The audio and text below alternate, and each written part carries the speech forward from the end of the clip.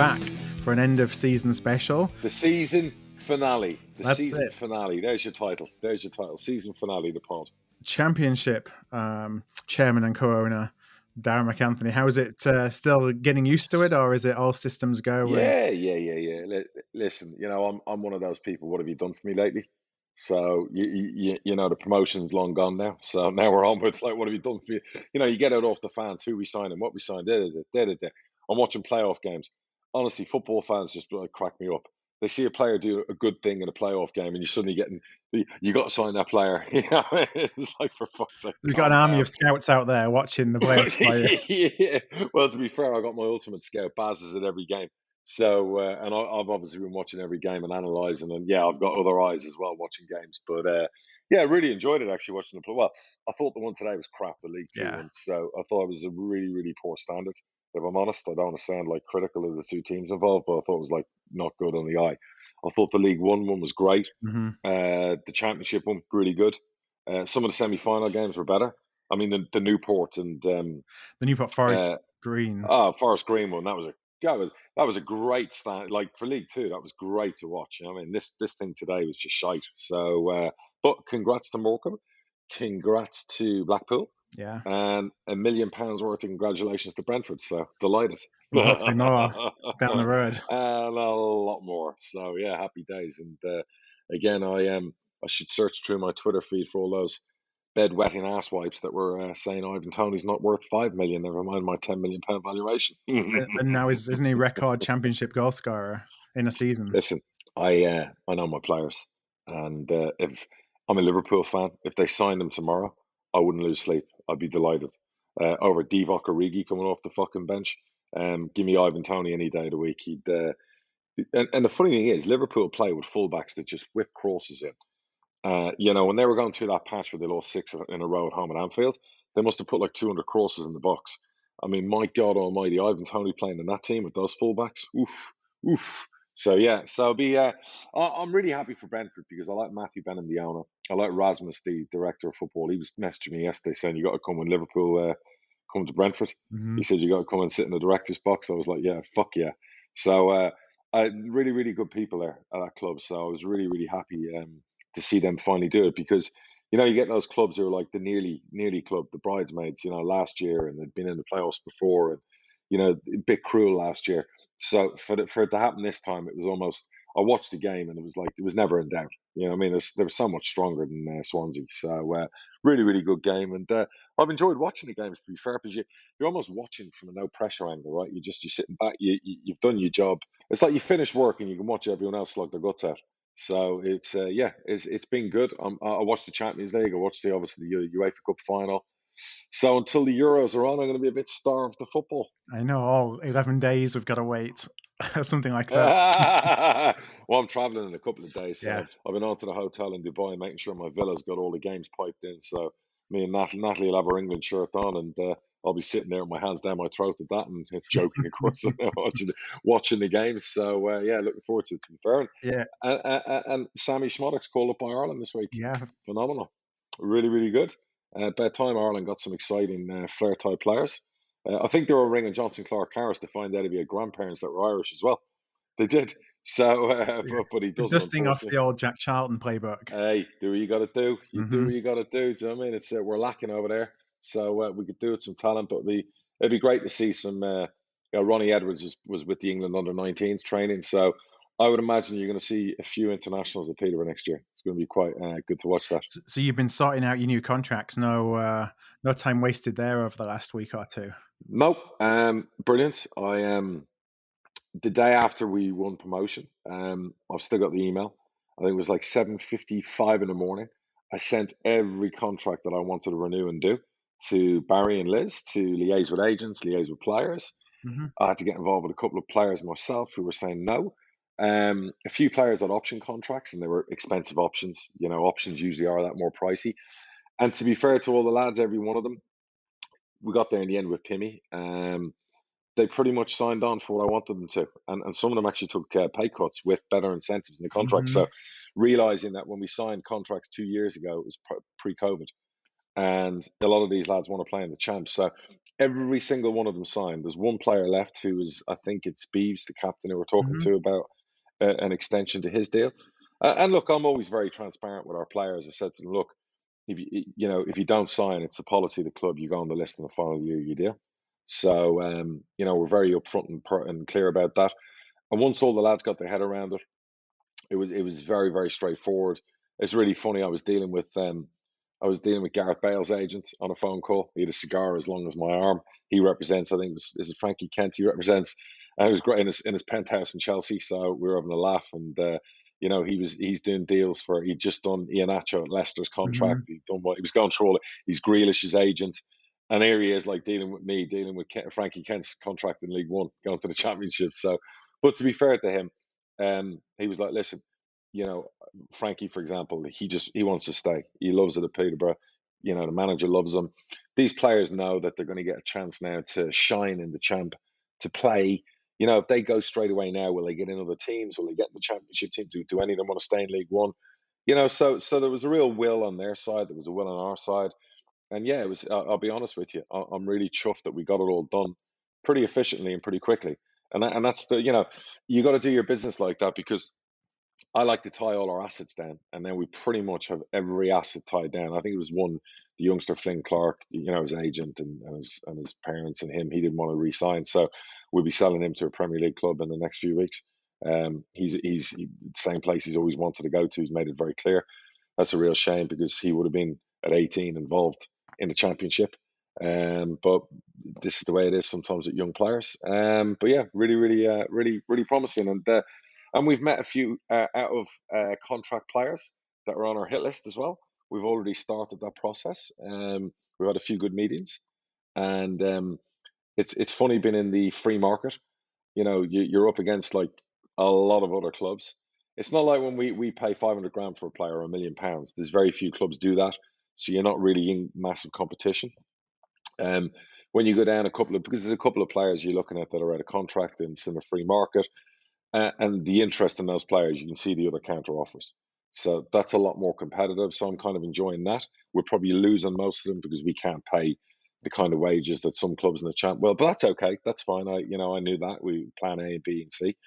And we've made multiple bids as well for players. We've made about, I think, 6 bids for players that are on my list that I'm enjoying looking at. So fans will be like, when are we signing someone? When are we signing someone? I'll say, look, we've got recruitment really well done the last 2 seasons, and we want to go for the hat trick, and get it done really well. As well. We're all on it. I'm on it night and day. Barry's on it. The manager's staying in the UK. He's meeting these players that we're setting up the meetings for. So everyone's aligned, and for the right thing to happen when it happens. Now, do you have a magic number of how many players you wanna bring in, or, is some of that gonna depend on who goes out as well?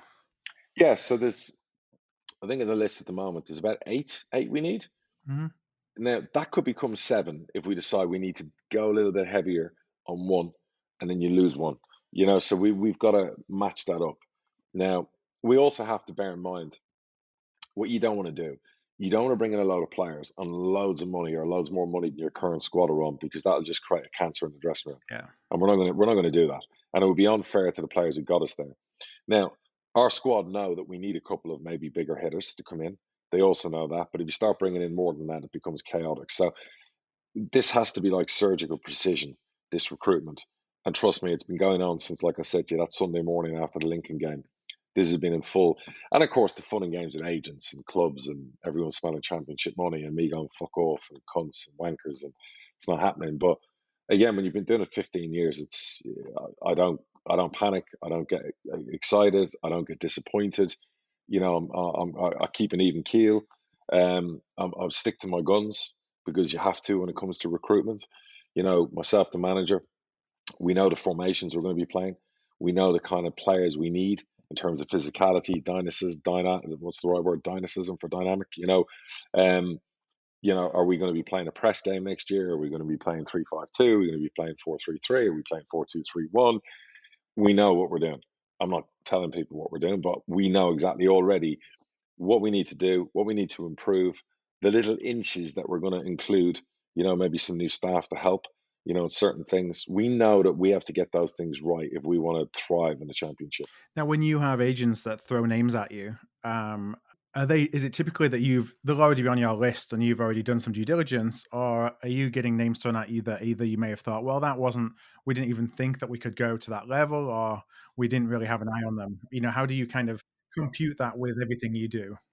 It's a mix every day. Like just before I came on here, another agent send over his client list and whatever. And of course, there's a few surprise names, but you're like, 31, 32, been on 50 grand a week. You're not going to payday with us. Are they fit? You go through it. I know all the players. You know what I mean? There's no player that's shocked me or surprised me. Um, and agents know how I operate as well. And also you get player. No, we yesterday I was watching the Lincoln game, and our fans were like, "Oh, you got to get the boy from Man City on loan." I made a very conscious rule, and the partners agreed with me on this. We are not recruiting players at 10 or striker or even really wide on loan. That is your asset base. That's where you get your big money for clubs like us to help us build. You would not bring in and improve someone else's player. So even though Rodgers from Man City Electric, the boy Brendan Johnson from Forest, if they were available, no, we'd rather buy players like that. Mhm. And they're not really for sale. So do you know what I mean? And that's kind of our mindset. And agents know that too. So that's never changed. And they also know as well when they approach me that there's going to be, a little bit of fire and brimstone coming at them as well with some of the figures they want. So all fun and games at the moment, enjoying it. And I'm heading off on holiday in 2 days, but I'm still working every day. Did a Zoom call with an agent and a player actually 2.5 hours ago, just after I did all our PCR tests for traveling. So it's kind of like juggling. Well, I'm sure it keeps you, like, motivated though, and I mean, it's like rebuilding well, not rebuilding, but you're building something. Last year was all about just maintaining the status quo and maybe 1 or 2 final pieces of the puzzle. Now you're kind of breaking the puzzle up and trying to figure things out again. Yeah, yeah, we've a really a settled, would you call it squad, 14, 15 players. Mhm, And knowing that maybe 1, 2 leave, high asset sales if there's, the interest carries on. So that means to get a squad of 22, 23 that are, ready for the championship, not the under 23s, not the under 19s. I'm talking about in that squad, we're going to need to make signings. If we had to play 11 tomorrow, we'd have a very good 11 mhm. for the championship. But this is about improving the squad. Um, this is going to be physically demanding like we've never seen. We have to be at it from day one. Look, pre-season's already booked. We're off to Portugal. Yeah. The whole program's being designed. Players have got individual programs. Some players are going to have to put muscle on. We've got injuries we've got to take care of and make sure players can do 50 games next year. So that's like retraining bodies and minds and all of those little things are like, so we're looking at an extra coach for a certain something we weren't great at last year, so we're going to improve on it this year. I've had a lot of foreign scouts or agents come in with players. I said, look, year one, it won't be foreign players. Year two, yes. So we need to find our feet. We need to get established, and then we're going to open up our little magic book of tricks for international scout players, which we've never really done before. But I'm building something for that. That's quite exciting. So, but I'm not. We're doing that in 12 months. We're not doing that right now. So yeah, look. So it keeps you busy. Watching the games, I really enjoyed. Did you watch the playoff games yourself? Have you watched all of them? Yeah, pretty much didn't get all the semis, but I watched all the finals this weekend. Yeah. Any standouts for you? Um, I mean, like you said, Brentford were just that was like a lot of these times it's just destiny. From kickoff that someone is just destined to win. It felt like it was Brentford's time. The game yesterday, it was Blackpool. I was. It's funny. I wasn't rooting for any of them. It's the same as today in the Newport game, Newport Markham. I didn't really care who won. I just wanted to see good football. But I was surprised that I thought Lincoln would have given a better showing, or maybe it was Blackpool did really well. I was good at for Lincoln. Um, I tell you what that is. That's the Blackpool manager. He's crafty. They made us look ordinary. And I think that was because he is a very good game plan and he knows how to defend and he knows how to set his team up to stop other teams playing. And they're probably the best at it in League One, to be fair to them. And I said to my manager, fuck me, he's had your number twice. You're going to have to work on that next year. And I think he had Lincoln's number because Lincoln didn't have a shot on target the whole game, which for such an attacking side, and it would be unfair to say, oh, well, they choked, they have young players. No, I just think Blackpool such an effective game plan and they executed it like very well. Because if you look at the Blackpool team, you don't think, well, there's a centre half you pay 3 million for. There's a right. it's very much a sum of all parts. It's very well put together. Yes, they've got Yates, who everyone raves about and likes, and whatever else up front. But you go around the Blackpool team, he's very much built a team. You know what I mean? And it's not an individual team; it's very much a team. And yeah, I was very impressed. He's a very good manager, Critchley. Yeah, and they came in with momentum. I mean, it's always the case in the playoffs too, isn't it? You know, Lincoln probably felt that they were disappointed not to go up automatically, especially being so close, and Blackpool were on form. They came into it on form. It's really interesting as well.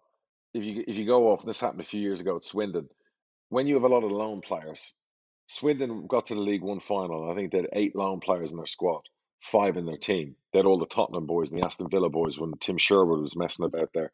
And if you look at Lincoln again yesterday, the goalie was on loan. You know, Rogers was on loan. Brendan Johnson was on loan. Quite a few of their key parts were loan players that came in. Um, and my missus even said to me, "Geez, it doesn't seem really fair. You know, teams have got like loads of loans." I said, "That's just football. It's allowed." Mhm. But it is interesting that the teams I've known relied heavily on loans haven't gone up. Yeah, it's like, do they really want it? Because what's the impact on their career? Well, there isn't really an impact on their career. One's gone back to West Brom, one's gone back to Man City, one's gone back to Forest.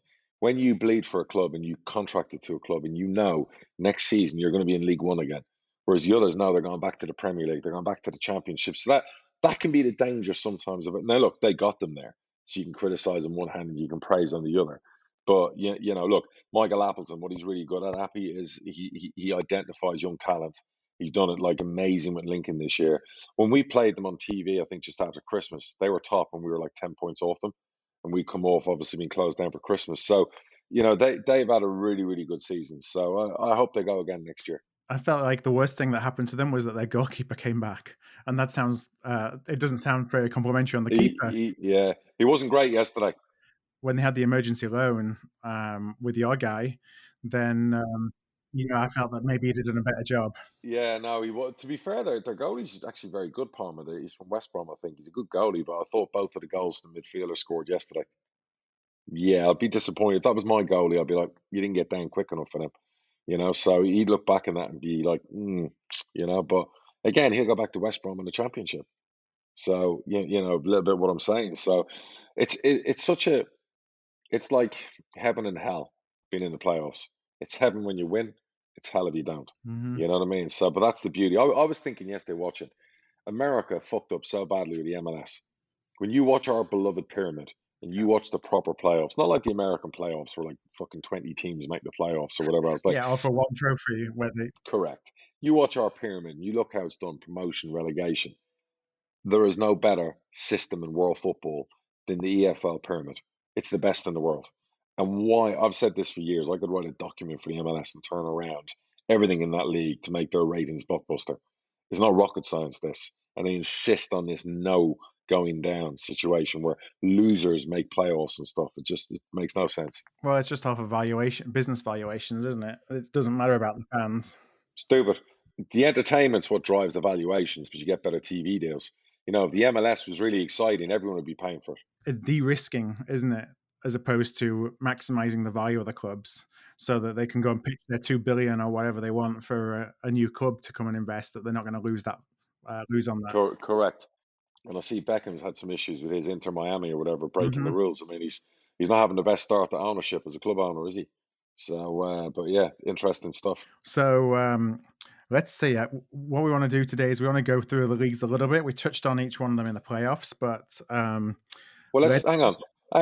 For the Bradford fans, let's talk Bradford for two all right. minutes. So, who's the next manager at Bradford? Come on, put your life on it. I guess we'll see in a couple of days. Do you need cream for your ass? That fence you're on? If the press is to be believed, it's going to be Derek Adams. Okay, You know, there's a lot of noise out there that I've seen in the local papers. happy with that? You know, we talked a couple of weeks ago about when you enraged everyone as a Bradford postcode talking about Steve Evans. But you know, I think the fact remains that you got to do what you got to do to get out of this league. Did that upset people that I said that? It seemed to make a few headlines. It was yeah, it was interesting to kind of sit back and watch that. You could have probably said anybody except for Steve Evans, but yeah, I think that it seems like he's going to be the one that comes in. Is it good or not? Well, he's worked miracles with Morecambe. He got Plymouth out. He's done a job at Ross County. I mean, he's got a track record. I think that he's going to be the steal that we're missing. There's going to be no like Mr. Nice Guy on the training ground. I don't think. I think the players are going to know that they're in for a bit of a ride, and you either kind of go with the program or you get out. And perhaps we've needed a little bit of that. Would you go for him over Michael Flynn if Michael Flynn was available? I don't know. I think that the emotive side of me would say Michael Flynn. Because Michael Flynn has history with us. Ex-player, yep. Yeah, ex-player. He's done a great job at Newport. He's done it a couple of times. He couldn't quite get them over the final hurdle, but I respect what he's done there for sure. Derek Adams, I guess, has been there and done it, so he's got a little bit more history. But it would be a tough call. I wouldn't really know how to. Who would you go with? Ooh, out of those two, yeah, Adams is like, yeah, I don't know how to read him. Doesn't give a lot away. I said it before, miracle job he's done with Morecambe, and again bringing him up today and whatever else. Who do I go with? Me personally, Michael Flynn. Yeah. I think he's younger, he's hungrier. I think 2 years with Newport doing what he's done. They've been up there, they've been consistent. I think he could handle a big club. I think being an ex-Bradford player, he'll get the time. I think if he's backed, I think you'd be favourites to win the title. Now, in saying that, Derek Adams will probably go in there and get you promoted as well. Yeah. So, very much of a muchness. I think either of those two, you're okay. I think Flynn has more chance of a success than Adams because I think if the pressure comes on Adams, it could go sour. Mm-hmm.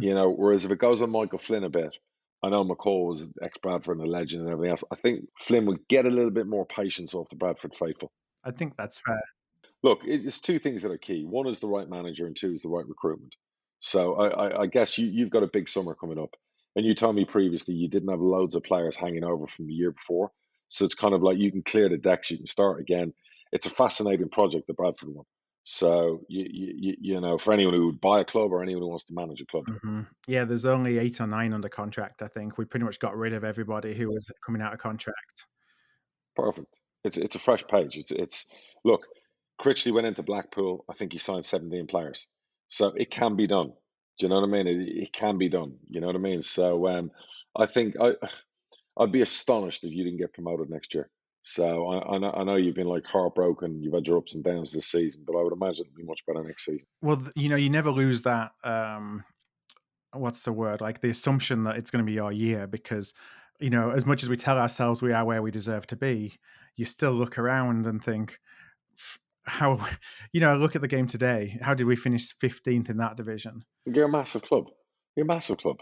It's like it's like when Portsmouth were in League Two. You're a massive. You're going to be the biggest club left in that league, aren't you, this year? Yeah. I mean, I couldn't name all 20 odd clubs in there, but I think Bradford are the biggest club in that league. Yeah. So, with all due respect to Sutton and to Stevenage and to the other clubs, you are the biggest club by a fucking mile in that league.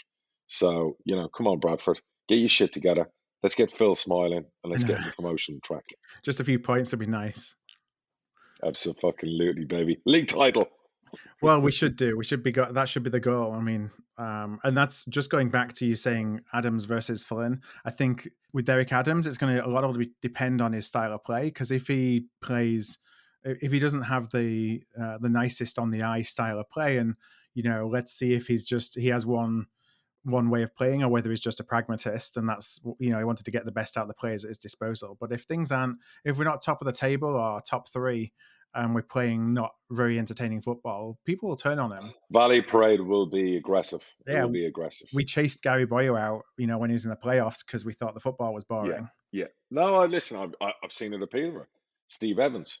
You know what I mean? I've seen it. You know what I mean? People, unfortunately, managers get tarred with a certain brush. It's the way it is, But I guess, you ask any Burnley fans, are they fed up, being in the Premier League every year? The answer would be no. So, and you look at Burnley, and I don't mind. I watch them against Liverpool, and, the way they play the target man, they get it in behind. Listen, it's traditional English football. It's the way it goes. You know what I mean? And I dare say, if Sean Dyche had a £200 million budget, he might try something different. But, you deal the apples you're dealt with, and that's what you get on with. So, yeah, it'd be interesting. So what else we got to cover? So let's talk about the Champions League. You watched that one on what was that? It seems like a lifetime ago already with all the playoffs, but that was Saturday night, wasn't it? Yeah, Pep. I don't know what's up with him. No. I don't know why he shoots himself in the foot all the time. You know, with obviously leaving out a holding midfielder. It was very apparent from the FA Cup game, the league game, that Chelsea had their number. And it's very apparent that Warner, even though he's not scoring goals, he was always causing Man City problems on the counter attack. You know, pace. It was a real blueprint for how to play Man City next year. You know, pace, man off the shoulder, get in behind. You know, Chelsea really worked. Look, Tuchel's a great manager, and typical Chelsea going against everyone, firing their manager, changing their manager, and still winning the Champions League. That's so Abramovich. Well done, fair play. I wanted Pep to win another Champions League. I wanted him to do it in Man City. But I guess, look, they'll go out and reload in the summer and probably buy Harry Kane and probably buy fucking someone else. So Mhm. it's going to be a big job on next year for Liverpool to try and, I was delighted with Liverpool's run in. Fair play to Klopp. Again, data never lies. Not rocket science. When you play Fabinho in midfield, you win games. When you keep playing him at centre half, Liverpool don't win games. Yeah. So he has to take responsibility for part of the issue, even though we had the injuries, and thankfully he corrected it and we had a good run in. And Liverpool need to do some business this summer because they will not be vying for a title with the current squad. Not a chance in hell. Do you think they're gonna have the money, or do you think Klopp's gonna have the money available to do what he needs to do to the squad? Well, their owners have done a deal where they've valued their group at 7.5 billion. They definitely have money. Their net spend's been terrible the last few years. So, I mean, if they can't go, knowing that they nearly lost out in Champions League and nearly kissed goodbye to 70 million because of their frugality, being frugal in the transfer market, that nearly cost them 70 million quid. That's a warning. So if I'm sitting there, I'm going, what do we need? They signed the centre half, obviously, from Red Bull, Leipzig, 36 mil, probably paid over 4 years. They're going to have to go out and spend, in my opinion, 80 to 120 million on three players. They're going to need Wijnaldum replacement. They're going to need a top class striker, and they're probably going to need something else a bit different. So they are going to have to make some signings, yeah, for me, absolutely. Otherwise, they will not be competing with City or Chelsea. City, Chelsea will be the two favourites next year, without a doubt. Now, do they need to bring in more I guess reinforcements at the back, given that the whole season kind of hinged on Van Dijk being injured this No, time round? no, no. They'll have Gomez back. They'll have obviously Van Dijk fit, and Matip's still there. And Nat Phillips did brilliant, I thought. Real hustle and bustle, strong centre half. They brought in the boy from Leipzig, Konate or whatever his name is. My only issue with him is he got injury records. So if they keep them fit, there'll be no problem. If Henderson can stay fit, no problem. They need goals. They need a number 9. I love Bobby Firmino. Time to go. They need a number 9. They need a 9 that can score 25 goals and support Salah. Mane's kind of off the boil. Jota's good. Is he going to score 30 goals? Not sure. They definitely need a box-to-box central midfielder, in the mould of replacing Ronaldo. So there is business to be done. If they don't do it, they could struggle top 4 next year. Now, you said earlier about Ivan Toney in that team. How many goals is Ivan Toney, would get in the Premier League? What would you peg him at? If he played for a top 12 club, 20 goals all day long. If he stays with Brentford, 15 Premier League goals. If he moves to an Aston Villa, um, 15, 17 goals. So for me, I don't mind if he stays at Brentford. We get paid if they stay in the Premier League. We get paid if he plays. We get paid if he scores goals. I honestly think he could play for any of the top 6 teams in that league. I think if he was in, an Everton team, score goals. If he was in Chelsea's team, score goals. Liverpool, any of those teams, he's top class. And he's 24, 25 now. He hasn't come to the peak of his powers because of the type of striker he is. I would expect to see him capped by England next year. So that's what you want. You want England cap. You want him to prove himself in the Premier League, and then that'll add a few more zeros to the sell on. Gets sold for 70 million. Happy Mhm. days. Happy days indeed. So yeah, but look, that's the dream. That's what you want to see happen. And good luck to him. And now I'm excited to see what our next gen of players can do in the champ. So, it's all there in front of us. How do you peg Brentford's chances of staying up next season? Oh, comfortable. Comfortable. And I wouldn't lose a minute's sleep. There's no way they'll be relegated. Very comfortable. I think they'll be outside chance of top 12, if I'm honest. Mhm. Well run club, well put together, good coach, good system, good physicality. They have the centre half, so the ruggedness. They have the dynamism in the final third. They'll add to it this summer. They have 200 million to play with. They spend money well. You could almost bet your left testicle that they'll be fine. And like I said about Leeds, my prediction for Leeds, I think was top 10. Yeah. Where did Leeds finish? Anyway, without patting myself on the back. So again, I think very, very comfortable. It's funny. You worry about a Norwich, but I wouldn't worry about a Brentford. Hmm. What about the Watford in the middle? Yeah, because of their ownership, the foreign players, whatever else, the experience they've got, I think they'll be fine. I don't think they'll have an issue. Look, I wouldn't want to pick who's going to get relegated next year from the Premier League. But I think two of the three that went up are going to stay up. So one of them will definitely come down. Be interesting. Be good next year. You know what I mean? It's been a long year, COVID. So it'll be interesting now to see normality again come August. Plus, you got fans back. Yeah. It's been nice to see, although I still don't understand how they limited the number of fans in the same stadium as they were allowed 20,000 a week ago. Because allow me my COVID rant, my friend. My wife's British, so excuse this rant against Britain. I don't know what planet that wet wipe, bedwetting, idiotic government, sage, or whatever, they're as bad as the CDC, are living on. COVID, the pandemic, is being wiped away and beaten. The vaccination process is working. There were 0 deaths in the UK today or yesterday. The third wave nonsense is a bunch of young people who are now getting COVID. That's called herd immunity. It was always about the over 50s. I got vaccinated. I'm sick of people talking about vaccinating our children. Our children have given up enough for the last 15 months. Why the fuck should my 12-year-old sacrifice any more for a 60-year-old who doesn't want to go and get vaccinated? And for those who say, but she can still spread it. Yeah, you're right. But the whole point of vaccination is you can still get it with a vaccine, but there's fuck all chance of going to the hospital or dying. So everyone needs to do their homework. The British government and the British media, who've earned billions off all of this and the advertising, don't want it to end. And it's up to now all British citizens, bar the bedwetters hiding behind their couch who love a lockdown, to make sure this ends. Because this is ended. So the idea that we won't have full fans in August to be criminal, then it really is time to start taking lawsuits out and suing these motherfuckers. Do you know what I mean? Because right now I'm watching Wembley and I'm going, that should be full. Right. We live in Florida. We don't wear masks anymore. My daughter was at the theme park yesterday, no mask. I'm in Starbucks today, no mask. Supermarket, no mask. This thing is beaten over here in America because it's now got to the point where we're getting, I think, 17,000 cases a day, which is flu-like numbers. The flu in a flu season gets 400,000 cases a day. COVID's getting 17,000 a day in America. It's even less than the flu. It's dropped down to, I think, the 8th worst virus when it comes to mortality at the moment. Vaccines are working. That's great news. I don't know why everyone in Britain, the media, the government, don't embrace it. Stop with your crap.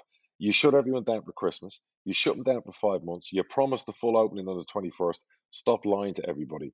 And the good news is, I think people now are past the point of doing as they're told.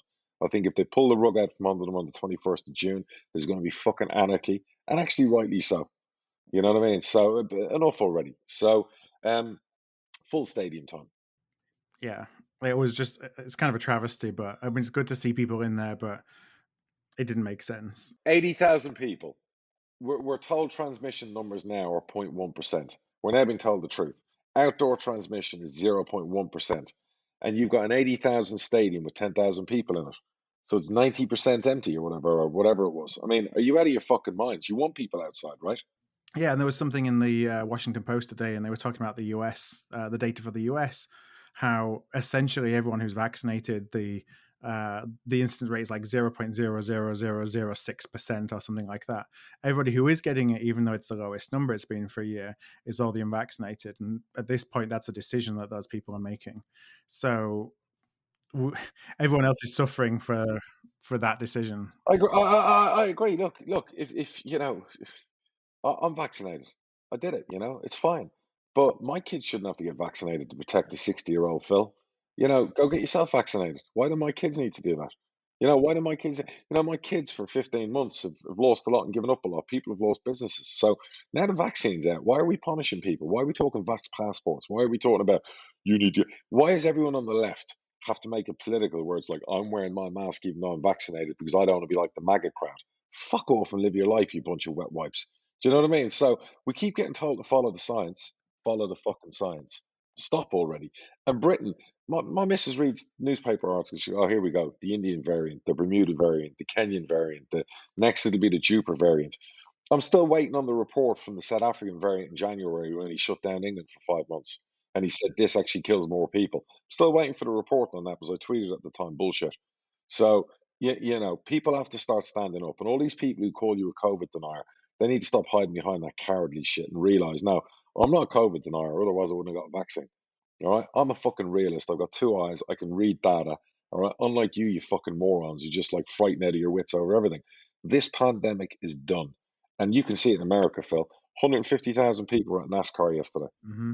And the great news here is, in fairness, we don't talk about variants in America anymore.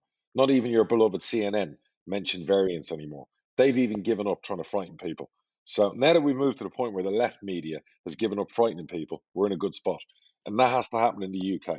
Unfortunately, they're still on that fucking gravy train, and it's sad to see. I think I called the British press yesterday skid marks, the ones who keep frightening people. Because there was like a headline yesterday, the variant's going to stop the 21st opening because of all the reinfections from vaccinated people. When you read the actual article, it was 20 people. It was a breakthrough infection. People have been vaccinated. You still can get it. None of the 20 people went to hospital. That was the real story in there. Yeah. But didn't talk about that. They're talking about the Indian variant made the breakthrough. Stop, stop. Anyway, back to football. Let's have full crowds. Let's have normal life. Let's put this in the rearview mirror. So let's then segue into League One. That's the most interesting segue I've done so far, I think. So what did we have in League One? Well, we obviously had you, Hull, and Blackpool being promoted. We had Rochdale, Northampton, Swindon, and Bristol Rovers being relegated. Now, were there any disappointments from your side that you couldn't win the league, or does it really not matter at the end of the day? No, massively, because I've won promotions. I've never won a league. And when you think we finished 2 points short, and I think we were the third worst team in League One on set pieces. Just imagine if we could take set pieces. We'd have won by a record points total.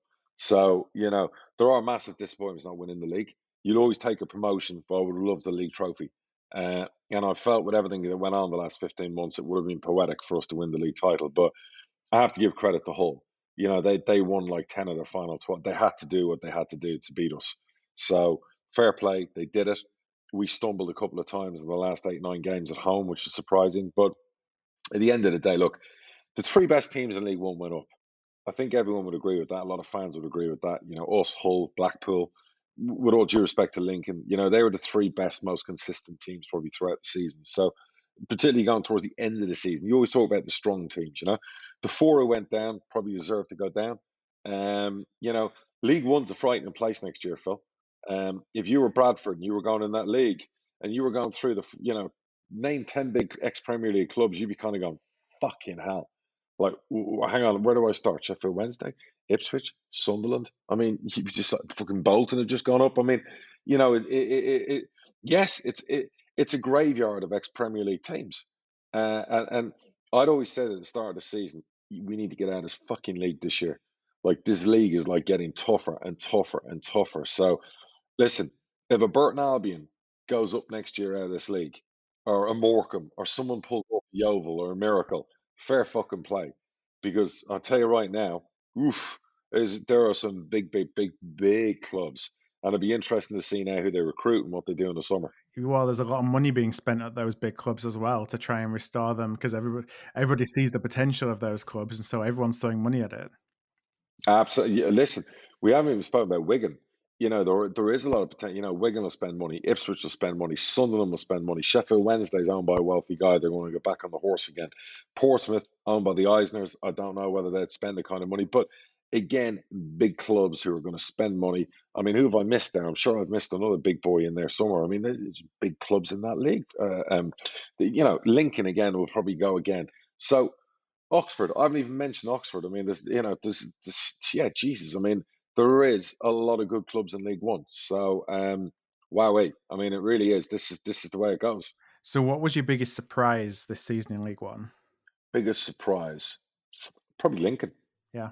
Lincoln were the year before, I think 15th or 16th. They weren't good. Obviously, Appy had gone in there. He needed to recruit a lot of players, a lot of young loan players. I think the surprise was seeing them get to the top of the league and stay there and look strong. And beating the teams and hammering teams. And I think around Christmas, I was looking at it going, fuck me, will they last the pace? So that was definitely a surprise. Um, who else was in there?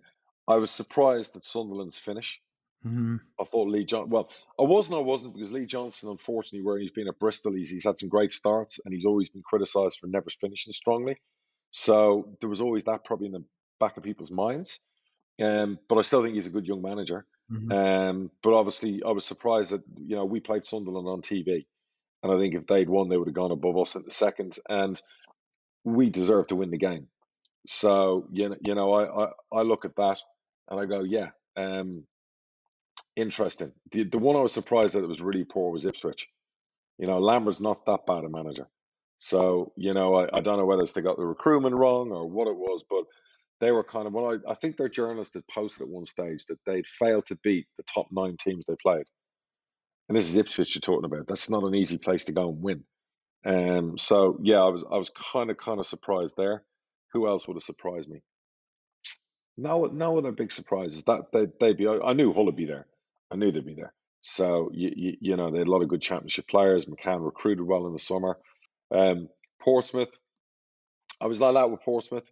They hadn't recruited loads of different players. They'd kind of been the nearly men. I knew, if they did, Kenny'd be under pressure if they didn't do well. When they beat us early in the season, I thought they'd kick on, and they didn't. They were on the ascendancy when we played them. We were on the descendancy and playing badly. But whatever went on there, it just didn't work for them. So yeah, it's been a really really good league to be part of this season, and probably the best promote. We've won promotion from League One 3 times. Probably the best one from a strength point of view and all the odds and everything we had to deal with. And from a player perspective now, you can't name any of your own players, so your team aside, who's your player of the year? Oh, player of the year in there. Oof, my God Almighty, to be a few of them in there. I mean, who would I name as some of the best players? I mean, obviously Hull had a couple of very good players. Um, the ex-Sunderland boy Honeyman at Hull, excellent. He'd be up there. Had a great season. Malik Wilkes had a great season. You look at Lincoln. You talk about in their team some of the players. Jorge Grant had a great season for them. Um, who else is in there? Charlie White for Sunderland. His best season of his life probably since he's been at Bradford. Um, Oxford have had a couple of standout performances player wise. It's really difficult. Look, the best player in the league was Jonson Clarke-Harris by a fucking mile. You know what I mean? Around that, there was some very, very good players. Team of the year had 4 Sunderland players. I'm not sure about that. It was obviously picked by a Sunderland fan. Um, but there's probably 5, 6 players I'd identify and say, look, they were the big difference for the teams they played for. Blackpool would have Jerry Yates, scored a lot of goals for them, even though he went cold at the end of the season. He had 1 and 10 to finish with, but they had a lot of good players around in their team. So yeah, so some real standouts. So what was it that about Jonson Clarke-Harris that made you think, he's the guy that's gonna take us to the next level? So when I had the recruitment meet last year and we were selling Ivan, I'd gone through Johnson's numbers for the previous 2 years, where he came good in 2 seasons at Bristol Rovers, and I did a statistical analysis and I compared it to Ivan Toney because I knew we would have exactly the same team bar Ivan. So I knew the team that created X amount of chances for Ivan could create X amount of chances for Jonson Clarke-Harris. And what the analysis gave me was that Clarke-Harris was a 23% better finisher than Ivan, which in my mind meant if we created the same chances, he would score 23% more goals than Ivan. And I knew there were some key fundamentals there. And don't get me wrong, there was some rows in the recruitment meetings. I was strong on it, and there were a couple of dissents on it. But there were a couple of things I needed to get right. One was Jono had never played 40 league games in a season. He'd always got 35, 36, never quite played 40, 45. So I needed to get his body right. Secondly was we needed to get £10 off him. So there were some key things to get right and manage him during the season. He lost the weight because he came in quite late and he was carrying a little bit of timber. Fair play to the boy. He lost the weight quickly. He bought into the training program. We had his body analysed. He had an expensive medical in London. There was nothing wrong with him. It was just how do we keep him fit? And then obviously how do we still have the same style we had with Ivan and make sure Jono bought into that, and with Sammy's pressing and with Dembele's trickery, how could Clarke-Harris deal with that? Ivan Toney knew how they played, so it was gelling that together And I was, if you asked me at the time, I was 75% certain he'd win the Golden Boot. You're never 100% certain, but I was pretty certain that we had the right character, we had the right mentality, we had the right squad around him. If we delivered, if we get, put it this way, if Clarke-Harris had been in Sunderland's team, he'd have got 45 league goals. If you think of all the crosses, I think we were 15th in crossing, and he still got 31 league goals. Charlie Wyke obviously was eating off and feeding off like 8, 9, 10, 11 crosses a game. Clarke-Harris was getting 3 a game. So if you think about that and what he did as regards to crosses, and he's pretty dominant in the air, and he's very good with his head, and he's very good in those situations, he would have probably got nearly half a century of goals playing for Sunderland. So, to get 31 and the way we play, and they're wearing all tap-ins. Do you know what I mean? So there was a lot of good football in there. So, yeah, nailed on. Really, really good signing, and delighted for him. And right now, as we speak, he's doing 30 miles a day on the bike, getting fit, because he wasn't fit when he came in last season, when he came in late. And I think he wants to prove everyone that he can be a top striker. And I think also he knows that we're probably going to play with a bit more of a press, and he's never really played in a high press because he's not that type of player. And I think he wants to show that he can run 11, 12 miles a game like Sammy. So I love that in a player. I'm getting like pictures and videos of like 29 kilometers today on the bike. You know what I mean? And this is like, he's meant to be having a break. So that kind of commitment to me is what I want to see from my players. All right, well, let's finish off on League Two then. So, League Two, we had Cheltenham, Cambridge, Bolton, and then Morecambe today promoted. We had Grimsby and Southend relegated, and then Sutton so far have come. Yeah, man. Sutton, brilliant. I mean, what a job they've done. I mean, what about Southend now? I mean, my God. I know, 2 relegations in 2 years, and Yeah. they looked every part of a relegated team from the very beginning. Oh, God almighty. That's a real shame. Such a good club. Always enjoyed going there. Fair play to Cambridge, one of our old rivals. I've owned the club 15 years and we've never been in the same league, funny enough. So it's weird. Yeah, Cheltenham, what a job Duff's done there. They deserve to go up and bolt, and then the comeback of all comebacks from January onwards, like a steam train. That's crazy. Um, 19th back in the beginning of the year, something like that, and they just didn't stop yeah, winning. and to be fair, they've given their gaffer a new contract. One of my old players, Ricardo Santos, one of their standout players. Yeah, I mean, you look at it, and again, some of those teams they're not surrounded with superstars and flair players. It's very much a sum of all parts. It's team. Obviously Cambridge have had Mullen with his 28 goals or 30 goals he scored. Cheltenham, there was no standout, prolific goal scorers. They're very strong defensively. One of the best defensive teams in the league. Obviously, Duff was an ex-defender, wasn't he? So, um, yeah, interesting league. Other players in there that I would who you've seen more of League Two than I have. We've obviously spoke about the Morecambe game today and Newport. Who would you say would be the standout players in League Two for you this year? I mean, that's a tough question as well, because I don't think there's been a great deal of quality in that league. You had Carlos Mendes Gomez today, who was at Morecambe. He did pretty well. He always looked dangerous against us. You've obviously got Paul Mullen, who you mentioned there before, that got the goals. But I couldn't say to you, what, these are the 3 players who have turned around their seasons for their respective clubs.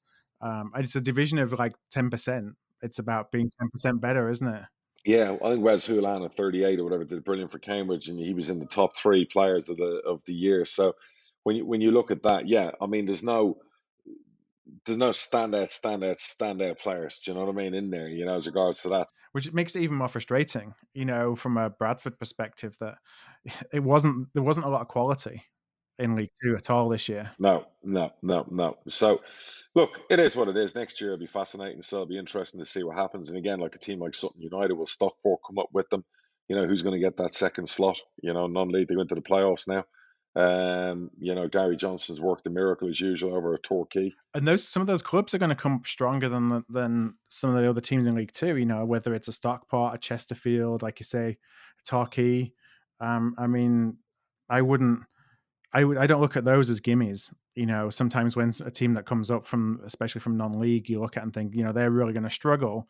Like a Barrow or even a Harrogate, and I say that having Harrogate doing the double over us and Barrow beating us one time. 100%, and it's like that though. They get that momentum. I mean, what about the Hollywood elite having to fire their first manager at Wrexham? So I saw that happen as well. No, Deadpool at the Farkiti. Yeah, that was they missed out on the last day by a point, didn't they, or something? Welcome to the world of football club ownership. Oh my God, yeah, that's a long way up from there, isn't it? So yeah, it's interesting. You got Tranmere who missed out, sacked Keith Hill. They went back to Mickey Mellon. Did he leave for a bigger club? Is that why Mickey Mellon left them? Because he was always a good fit for them. Yeah, I think he left to go up to Scotland. And was it Dundee United? I'm not quite sure. They'll be stronger next season. You know, they'll be very much stronger next season. So it'll be interesting what happens there. And James Vaughan just retired, which was a bit of a surprise. 32. Yeah, interesting. It seems like so many players who say, you got to play until you can play no longer, and then there's others that just have had enough. Whether it's mental, whether it's other priorities in their life, I don't know. I guess if say he's been told at the end of the season, look, we don't want to have you for another year. You then got to go back into the free market. You got to wait around pre-season. Maybe a player like him, he's thought, well, you know what, I've got something else I can do. I'm going to open a business. So I'm going to get on with the second stage of my life. It must be very difficult at 32, 33, 34 to be a journeyman and like never know where it's not like I'm a 3-year deal, you're settled. So I empathize with players like that. Hopefully he's made a few quid. Hopefully, he can do good things in the next stage of his career. Yeah, well, and I think that's pretty much it. I mean, next year is going to be another. I don't again think there's a lot of quality in League Two as we look at who's come down. We talked about Rochdale, Swindon, Northampton, Bristol Rovers. Bristol Rovers surprised me, but I didn't watch League One every week, so I don't know whether that was whether I'm just thinking that they're probably a League One rather than a League Two team. Swindon imploded, and I'm not sure what kind of state they're going to be in next year. Rochdale are always yo-yoing, don't have a big budget, and Northampton too. So Yeah, I mean Northampton have always seemed to have that bit of they've won a couple of playoffs and titles in League Two, so that yo-yo about them. Don't know about Bristol Rovers because Joey Barton. I'm not sure about that whole dynamic. So, but it is a big club. They don't deserve to be in League Two. They are a bigger club than that. So that'll be interesting. They'll be one of the bigger clubs in there with Bradford. So but they have a good owner. They've got a few quid. I would imagine. It's just, again, it's the Barton thing. I don't know. So that'll be interesting to see where that goes. Who else? And that's it. Well, the only thing we got to look forward to now is the Euros. So who's your pick for the Euros? well, I honestly I don't know enough about. I feel like I've been a little bit distanced from country football, if you will, for a while. I know everyone's excited about the England team and that the England team is growing, and that perhaps being pushed off a year has been a good thing for some of that talent to get a little bit more experience. But seems like France is still the team to beat. Outside one for me, Belgium. Now, do you think that De Bruyne, if he's out, will that play a big role in that? He won't be out. He'll have a mask on. So, broken eye socket. He's got what, 3 weeks or 2 weeks or whatever else. So I think he'll be fine. It'll be Belgium, it'll be France. Another one will be Italy to look at now as a dark horse. So yeah, let's see. I mean, England, I'm not sure. He's too conservative for me, Southgate. He's not going to pick Trent Alexander-Arnold, which I think is a catastrophic mistake. No disrespect to a Trippier, but I know who I'd rather have. I get it. He likes his right back to defend. Great, no problem. This is probably the best young fullback in the world. Who'd be in a Real Madrid team for fun. So who's come through a bad period and actually finish strongly. So I think that's a mistake. But he goes more for the Reece James. He goes more for the Trippiers. Do you know what I mean? So, but that's a window into the soul of Southgate himself. Safety first. Mm-hmm. Yeah, it's maybe that's just it's the poison chalice of the England role is that's how the press kind of drive the managers to behave, is that they don't want to take risks and they want to build from a solid foundation. They've got a squad that could win anything. When you look at the players in there, Mount, Foden, Greenwood, Rashford, Sterling when he's on form, Harry Kane, the best goal scorer in the world. We just mentioned 3, 4 right backs are as good as anyone. Chilwell on the left side. I mean, that is loaded with talent. Loaded with talent. If there's ever a time England are going to win a title, they have to do it this summer. I'm just not sure management wise it's going to happen. I guess we will see. Time will We tell. will see. Yeah, Well, listen, let's say goodbye for the finale. It's yeah, been absolutely exhilarating. For those who want to listen to us still through the summer until we're back for season 2 in the end of July, you can go to hardtruthbusiness.com and subscribe to our business podcast. And we're on there every week. yeah. And thank you throughout the season for everybody's support and for your Absolutely. questions, and for tuning in. We want to go bigger and better next year. We'll be back, as Darragh said, end of the summer. Championship podcast. Yeah, for one of us at least. and we're always looking for a head sponsor. Anyone wants to sponsor season 2, hit us up. Email Phil at contact@hardtruthfootball.com. There you go. So for now, have a great summer. Stay safe, everybody. Demand your freedom. Enjoy your freedom. Have a great summer. All right, talk to you all soon. Bye-bye.